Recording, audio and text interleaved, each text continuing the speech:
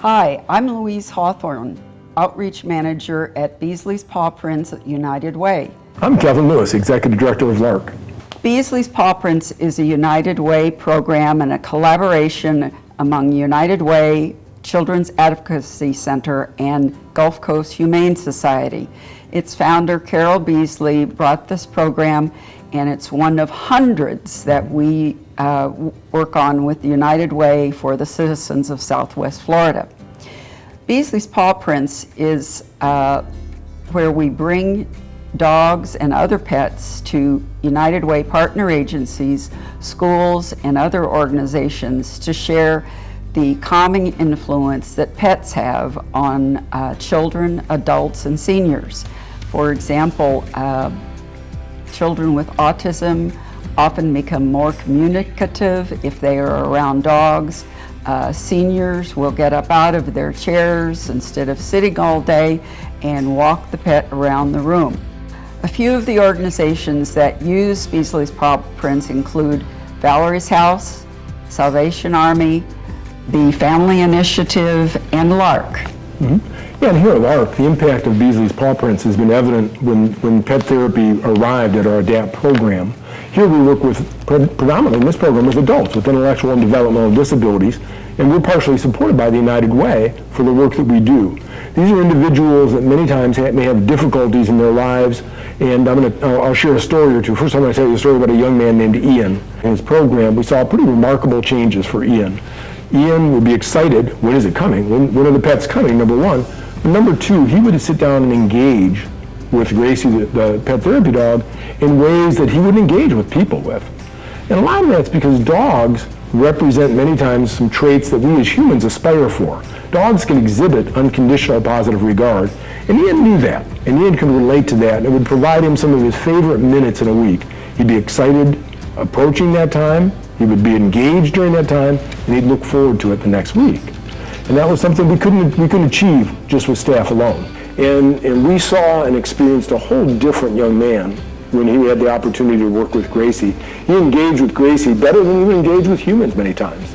And the calming effect it had on him and his excitement about her return to the program. I was there when Ian got to know Gracie, and Gracie was my therapy dog, and I was the handler. And I could see the love that he had for Gracie. And Gracie accepted him unconditionally and gave him his full attention whenever he wanted. And that was a great thing to see. Another incident was Dana. When I first met her, she was in her wheelchair constantly and had a caregiver with her. She's a tiny person, about 50 pounds. Gracie was a golden doodle who's about 70 pounds. And one day it was time to teach the students at the class that I was presenting at Larc to walk the dog around the room.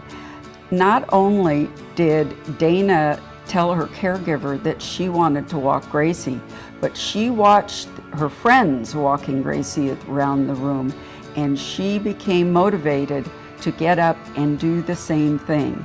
She took a leash in her hand, I had a leash in my hand, and we walked all the way around a big room, and she was smiling the entire time. The students were so happy to see her do that, and applauded and told Dana what a great job it was. That dog helped give Dana confidence, made her happy and smiling and proud of herself. The impact of pet therapy can be different for different folks. You told the story about Dana, and for Dana, it was a young woman that was almost fearful of a dog that was really larger than her, and watching her grow more comfortable and eventually walk the dog to get the applause of her peers and to really come out more in that. Just the opposite with the story of Ian. And for him, it was a calming influence. And so it was a different impact for different folks. It really met their needs. And again, that's one of the values of pet therapy. Pet therapy and animals pretty intuitively figure that out. And they engage with people in ways that work for them. And again, sometimes we as humans don't do as good at that. But that's, again, one of the unique elements, I think, of pet therapy that make it so valuable. And it's also so valuable to the handler of the dog.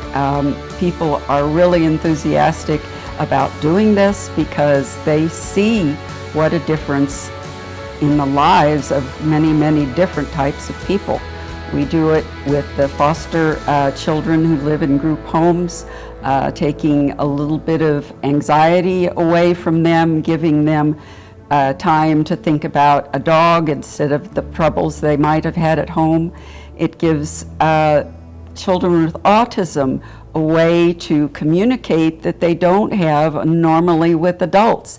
They know that the dog accepts them as they are and cares for them just as they are, and the children with autism absolutely respond to the dogs tremendously. And I think that's one of the things at pet therapy. You get to see that. You've been a pet therapy volunteer, so you get the joy of doing that. Right. We in the program get to see the impact on individuals. What we know is that as a community, we can all support programs like this and hundreds of other programs our United Way provides, and really help lift our entire community, all by contributing a little bit in that. So that's really the power of the United Way, is to be able to make these opportunities possible for all.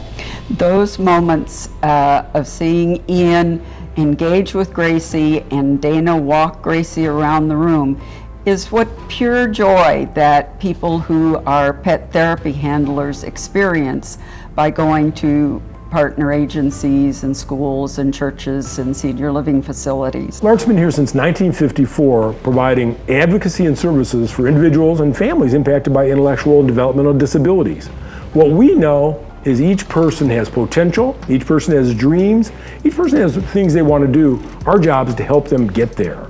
So we may provide, in some instances, housing for individuals. In other instances, we support individuals who live in the community. We help place them in jobs. We support them in employment. We advocate with government for policy changes, things like that.